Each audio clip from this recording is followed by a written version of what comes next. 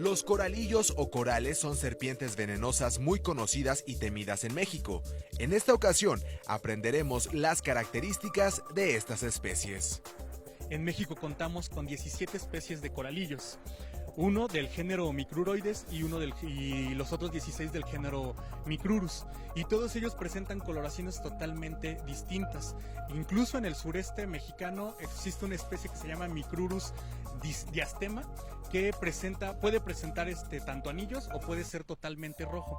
Entonces no es un buen método de identificación, ¿sale? Y por otro lado puede haber una coloración muy variada en los falsos corales, y algunos de ellos se asemejan tanto al patrón de los coralillos verdaderos, y pues obviamente este método puede resultar bastante peligroso.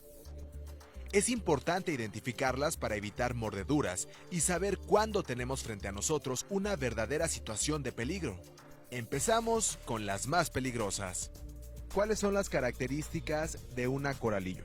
Pues mira, esta que tenemos aquí es un coralillo morelense, la especie es Micrurus laticolaris, y una de las características que tiene este animalito es que no respeta el famosísimo patrón rana, rojo, amarillo, negro, amarillo. Este patrón solo es aplicable en los Estados Unidos porque ellos solo tienen 3 especies de coralillos, pero aquí en México, como ya había mencionado, tenemos 17 especies, entonces todos con coloraciones distintas. Y como podemos ver, este presenta una coloración en triadas, si se dan cuenta tiene negro, blanco, blanco, negro y aparece el rojo, ¿sale? Muchas personas se confunden porque pues piensan que si no tiene amarillo, entonces no se trata de un coralillo y la pueden tomar. Otra característica que tiene este animalito es la forma de la cabeza. La forma de la cabeza en comparación con la de las culebras o los falsos coralillos es que es de una forma un poquito más redondeada o más chatita, ¿sale? Y bueno, estos animalitos pueden llegar a medir hasta 80 centímetros, 90 centímetros más o menos, entonces son coralillos bastante grandes. Son muy ágiles, son bastante ágiles, pero no son agresivos. Realmente si uno se encuentra con un animalito de estos, lo último en lo que están pensando es en atacarlo. Lo primero que va a hacer un animalito de estos es huir.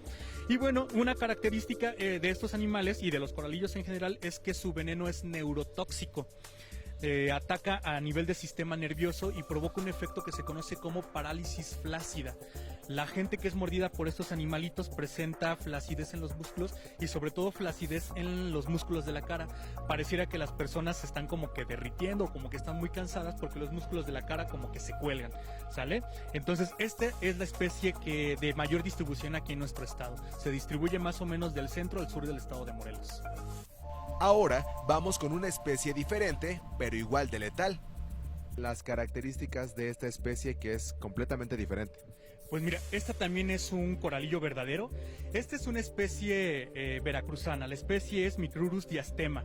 Pero aquí en Morelos tenemos una muy parecida a esta que se llama Micrurus brownie y tiene el mismo orden de coloración que esta. Si se dan cuenta, a diferencia de la anterior, esta sí presenta un orden muy preciso en los patrones de coloración.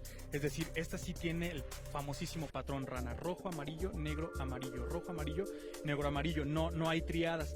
Pero si se dan cuenta, la forma de la cabeza de esta especie es un poco distinta a la anterior.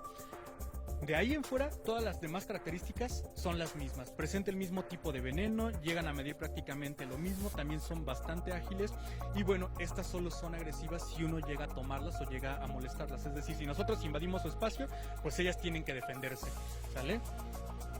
Y finalmente, así podemos identificar a una que no representa amenaza alguna para las personas. Platícanos, ¿cuáles son las características de esta?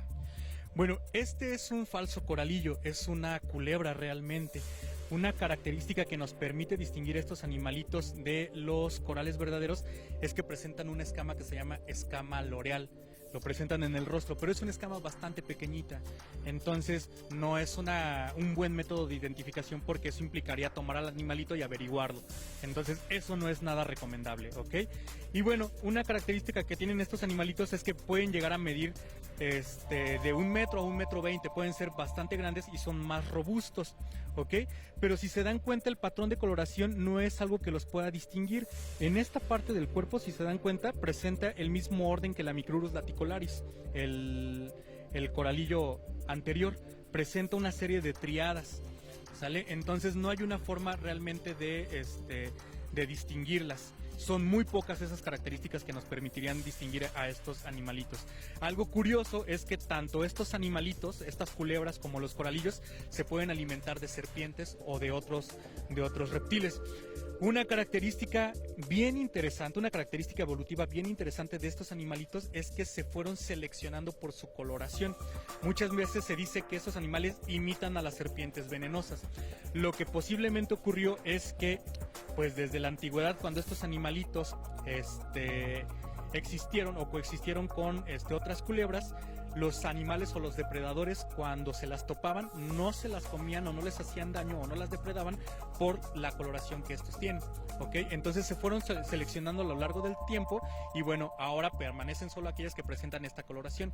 A esta característica se le conoce como mimetismo.